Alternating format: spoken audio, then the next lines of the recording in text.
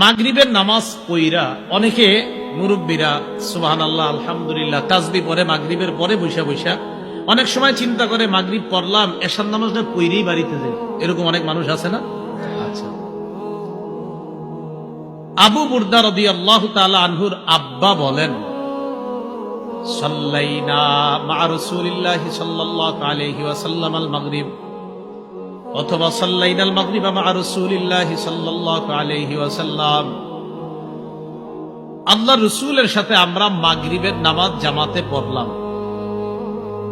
পড়ার পর মসজিদে আমরা কয়েকজন মুসল্লি বসা, একে অপরকে বললাম, লাউ জালাসনা হাত্তা নুসাল্লিয়া মা রাসূলিল্লাহি সাল্লাল্লাহু আলাইহি ওয়াসাল্লাম আল ইশা, আমরা যদি এশার নামাজ পর্যন্ত মসজিদে বসে থাকতাম, নবীর সাথে একবারে এশার নামাজটা জামাতে পইরা বাসায় যাইতাম, তো খারাপ কি আমরা একটু বসে থাকি?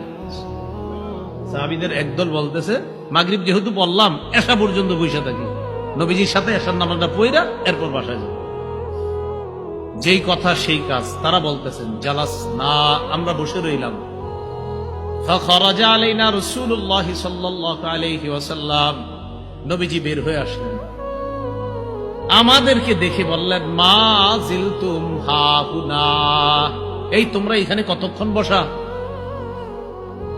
সাহাবীগণ জবাব দিলেন, ইয়া রাসূলুল্লাহ সাল্লাইনা মা'কাল মাগরিবা, আমরা আপনার সাথে মাগরিবের নামাজ পড়েছি। নিজেরা বললাম, আমরা বসে থাকবো হাত্তা নুসাল্লিয়া মা'কাল ইশা, আপনার সাথে এশা পড়া পর্যন্ত মসজিদে থাকবো, তাই অপেক্ষা করে এখনো বসে আছি। আমাদের আশা আপনার সাথে এশার নামাজটা পড়বো, তারপর বাসায় যাব। নবীজি এই কথা শুইনা তাদেরকে বললেন, আহসানতুম আও আসাবতুম, নবীজি বললেন, ভালো কাজ করছো। সুবহানাল্লাহ।